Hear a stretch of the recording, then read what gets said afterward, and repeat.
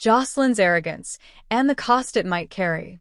Let us start with Joselyn, because the scenario being built around her and Brennan's exit is one of the most dramatically charged possibilities the show has set up this summer, and it requires understanding exactly who Joselyn is as an agent before you can understand why it could go so catastrophically wrong. Joselyn is excellent. That is the honest starting place. She is smart. She is brave. She has instincts that border on remarkable for someone who is still technically early in her career. The Spoon Island mission proved that. She took down someone dangerous in a situation that seasoned agents would have found difficult, and she did it in a way that earned her genuine recognition from the highest levels of the organization. She is favored. She is good. She knows it. And that is exactly the problem. In the specific and well-documented way that gifted rookies sometimes fail, not because their talent is insufficient but because their confidence in that talent runs ahead of their experience. Joselyn has a pattern. She pushes past the boundaries she is given. She decides she knows better than the operation design, than the plan, than the person who has been doing this longer and has information she does not have. She inserts herself. She escalates when the protocol says hold. She moves when the protocol says wait. Most of the time she gets away with it because her instincts are genuinely good and her execution is genuinely capable. The Spoon Island moment was a version of exactly this. Joselyn going further than she was supposed to because she believed the situation demanded it and the outcome justifying the choice. She is writing that validation now. She has the organizational recognition to go with it. She is, from her own perspective, a person who has proven that her judgment can be trusted even when it runs contrary to instructions.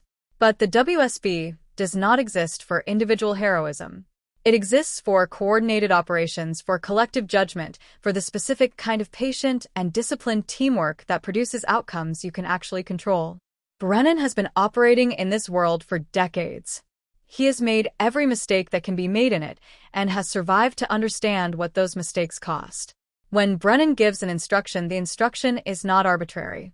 It comes from accumulated knowledge about how operations go wrong. Joselyn does not fully believe that yet. Not in her bones. She believes it intellectually, but she does not yet have the scar tissue that makes it true.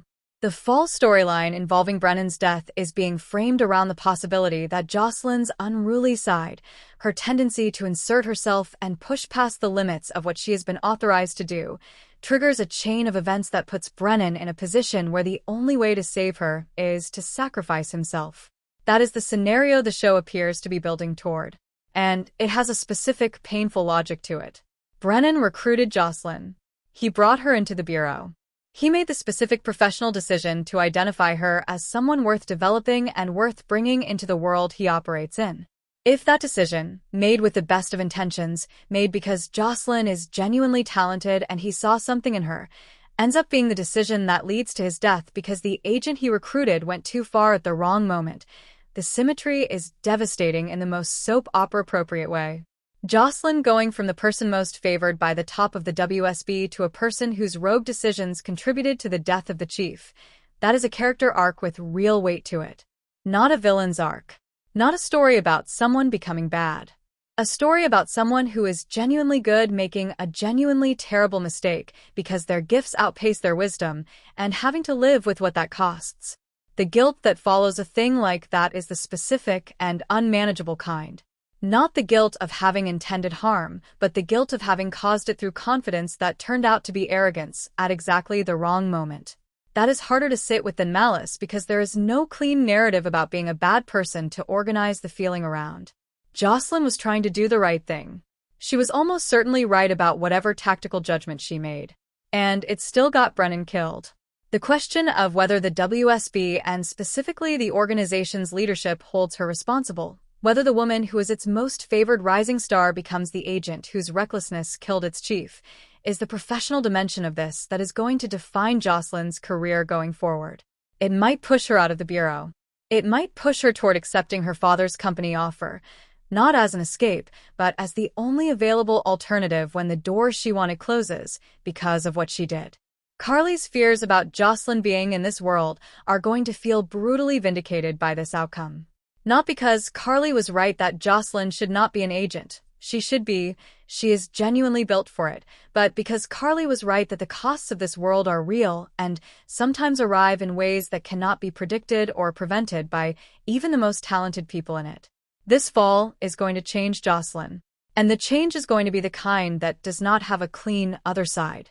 It is going to be growth through grief, through guilt, through the specific reckoning that comes from understanding at the deepest possible level that being good at something is not the same as being wise about it. Tracy gets a shocking request, and Port Charles holds its breath. Now, let us talk about Tracy, because the spoilers for Friday point toward a request that is going to stop this woman in her tracks, and Tracy Quartermain does not stop in her tracks easily.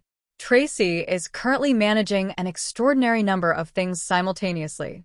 Drew's recovery means everything she has been operating around is about to shift. Drew is no longer contained, no longer the manageable threat of a man in a wheelchair who cannot speak or move freely.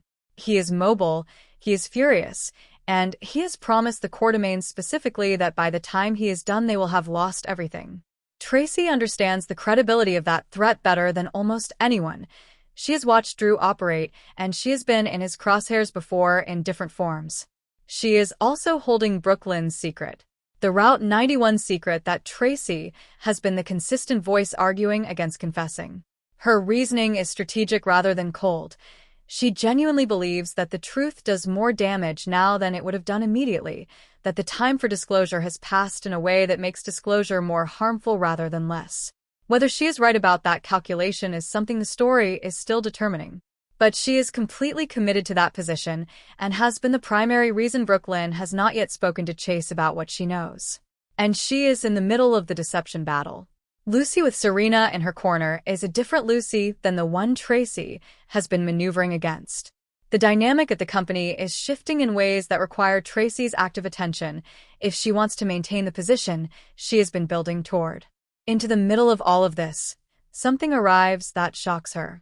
The nature of the request is not yet fully specified, which means the speculation is wide open.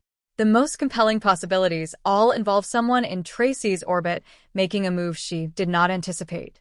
Drew, if he has decided to come directly to Tracy before escalating to other fronts, would certainly produce the specific quality of shock that is being described. A request from Drew to Tracy, civil, strategic, designed to achieve something specific, is not the confrontation Tracy has been bracing for and would require a completely different kind of response. Another possibility is something connected to the Aurora corporate situation. Michael navigating the Drew threat to the company may bring him to Tracy with a specific ask, support for a move he is planning, use of her resources, or influence in the acquisition battle that is developing around Sidwell's assets, something that requires Tracy to choose a side in a contest that directly involves her family. Or it could come from somewhere completely unexpected. Port Charles has a long history of shocking requests arriving from directions nobody was watching.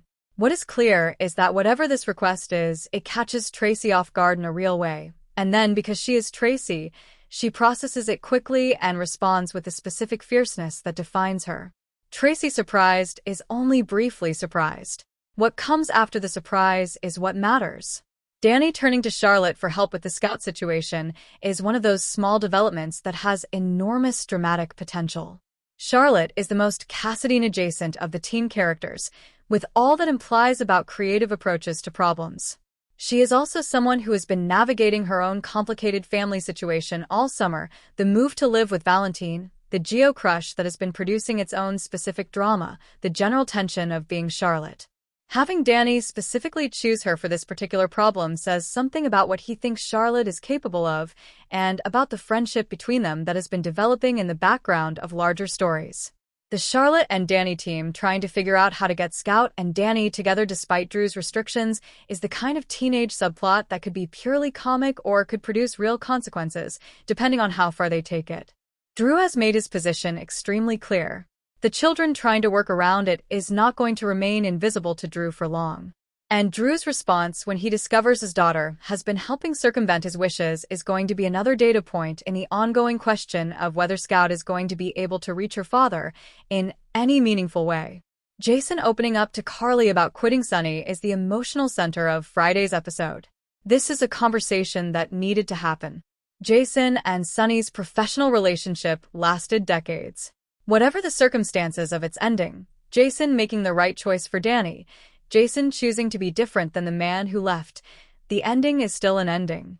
And endings that go back decades require grief, even when they are the right choice. Even when you know you would make the same choice again. Carly is the person Jason talks to about the things that are genuinely hard. Not because she always has the right answers, she does not, but because she is the specific person in his life who can hear him without needing him to perform strength or certainty. He can be conflicted with Carly. He can admit that something is both right and painful. And the conversation about what it cost him to walk away from the world that defined him for so long is a conversation that only works in that specific trust. Whether Jason also brings up Carly and Valentine is a different kind of opening up, the kind that involves saying something honest about something happening to someone you love. Jason's feelings about Valentine in Carly's life are going to be complicated. Protective, probably. Uncertain about Valentine specifically, given their history, but also committed to Carly's right to make her own choices. All of that complexity is potentially present in a conversation that starts as Jason processing his own loss and might expand to include his feelings about what Carly is building with someone he knows well from a complicated angle.